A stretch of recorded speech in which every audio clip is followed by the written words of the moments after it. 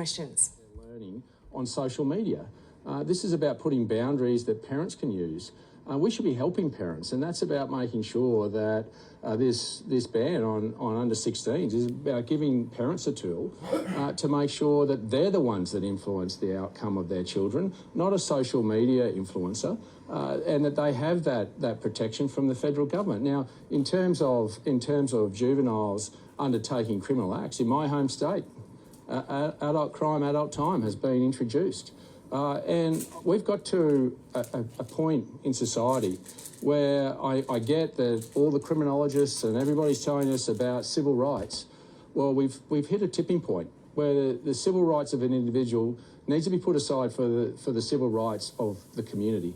When a community don't feel safe, you've got to make sure that you act. And you've got to make sure that there's a deterrent and a consequence. And unfortunately, at the moment, there's not. And in my home state, again, I would encourage every state to do this. We're going back to outback camps where we are rebuilding these young people with a life skill, not putting them behind barbed wires, but sending them to remote places, giving them a skill, giving them a purpose in life, that they get up in the morning and they know they can actually achieve something.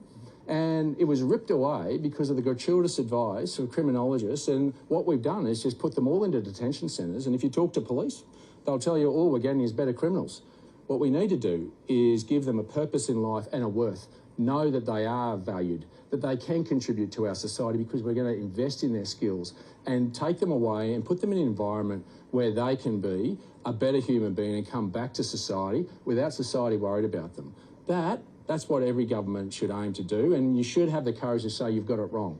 And what's happening at the moment, people don't feel safe, and our primary responsibility at all levels of government is to keep their citizens safe. What's gone wrong though? If you're saying Pat Conahan that 17, one person's been broken into 17 times, for example, what's changed? What's driving it? What's gone wrong? Respect. There's no consequence. There's no deterrent. I mean, in society, you need to have a deterrent and a consequence for doing the wrong thing.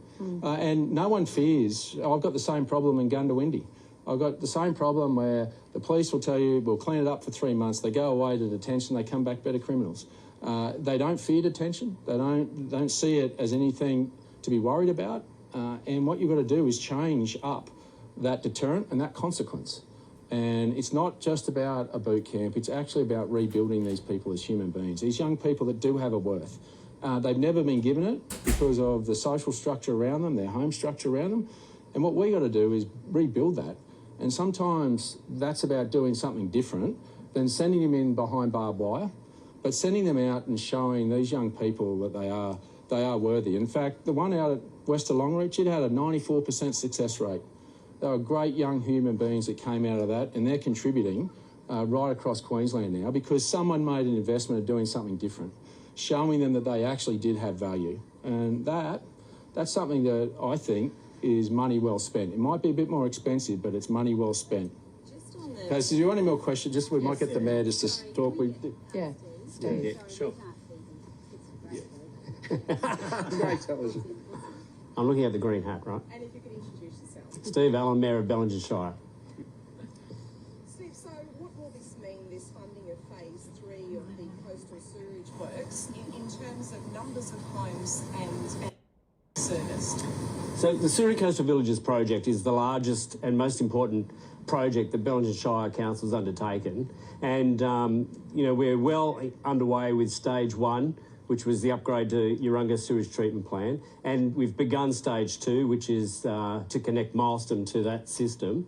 So it's stage 3 that we're talking about today because at this stage is unfunded. And this is a very welcome announcement because Bellingen Shire Council has already contributed to this scheme as much as we can. We've undertaken some borrowings because we understand that this is a project, that is designed to benefit our Shire, for the next 50 years at least. And it's building capacity for our Shire for that time. So, we understand that some sort of intergenerational equity is involved and so we've borrowed what we can. But we're a small council and we need support from the state and the federal government. And so today's announcement in regards to stage 3. Okay, and that's where we'll leave that news conference. So we're hearing there from the